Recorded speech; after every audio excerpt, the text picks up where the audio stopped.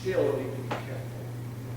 Investigate all former churches where they pastored and been. Call men that you have respect for and honor, that know and have known most all the men in our work, and find out what they can tell you.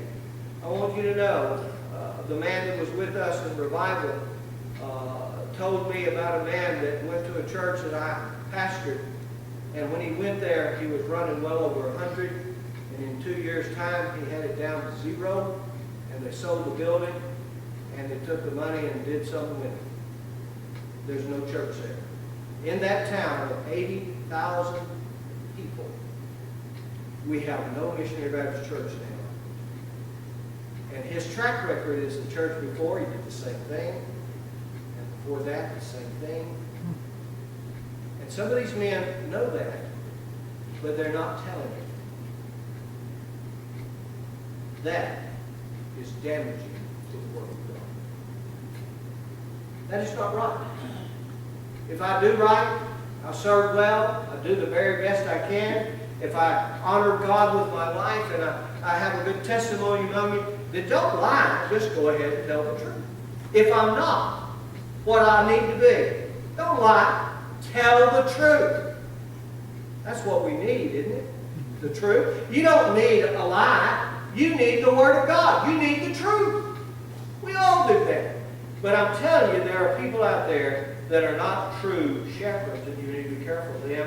And I just share that with you because it's something that really has, when I put 9 years of my life into a building and a church and a group of people, and we did some good work there. The man that followed me built a family life center, and we saw it grow, and then now to know that there's nothing there, it just hurts. Same could be true here if you call the wrong name sometimes. So positions. Church has Jesus as the head, the Scriptures as their textbook, the Spirit to be the power of their strength, and they have under shepherds under Christ. Then they're the priest of the believers, and that's the last thought.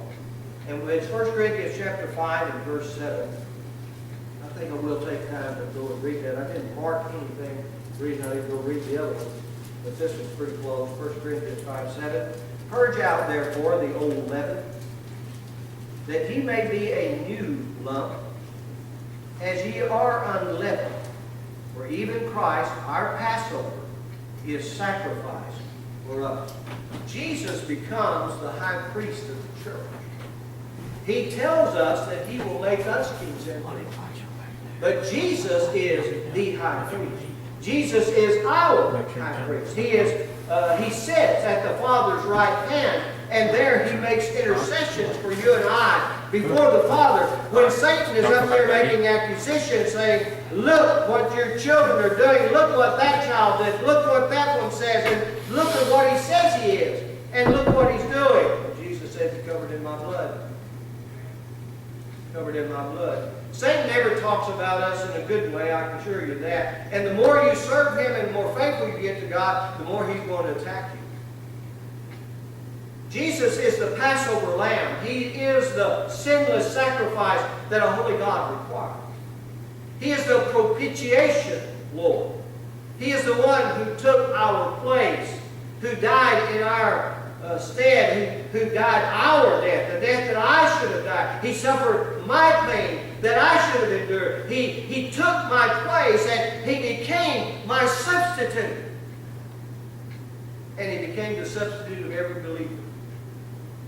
He's our propitiation.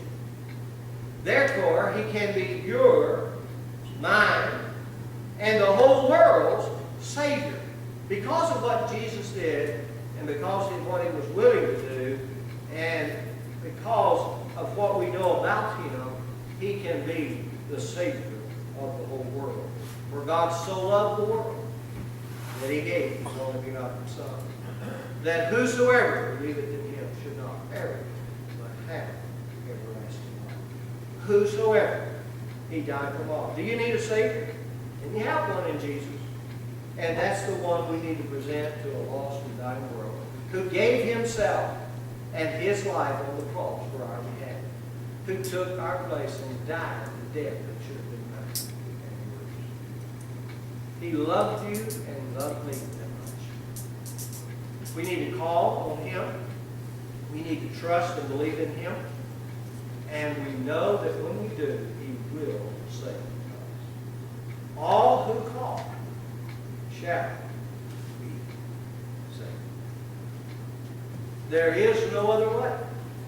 For Jesus said, I am the way, the truth, and the life, and the way cometh from the Father. We have a high priest. We have someone in heaven at the Father's right hand who's there standing up for us against all of the Satan's attacks to us. He's there because He loves us. One day that Savior is going to be told by His Father, I need you to go get me. And He's going to come back and get us. Isn't that going to be a wonderful day? It'll be a wonderful day. When Jesus returns, takes His church. That'd be a wonderful day. But until He does, there's work to do. We be busy doing the Master's business, doing His work, serving Him. Father, I thank You for the time You've given us.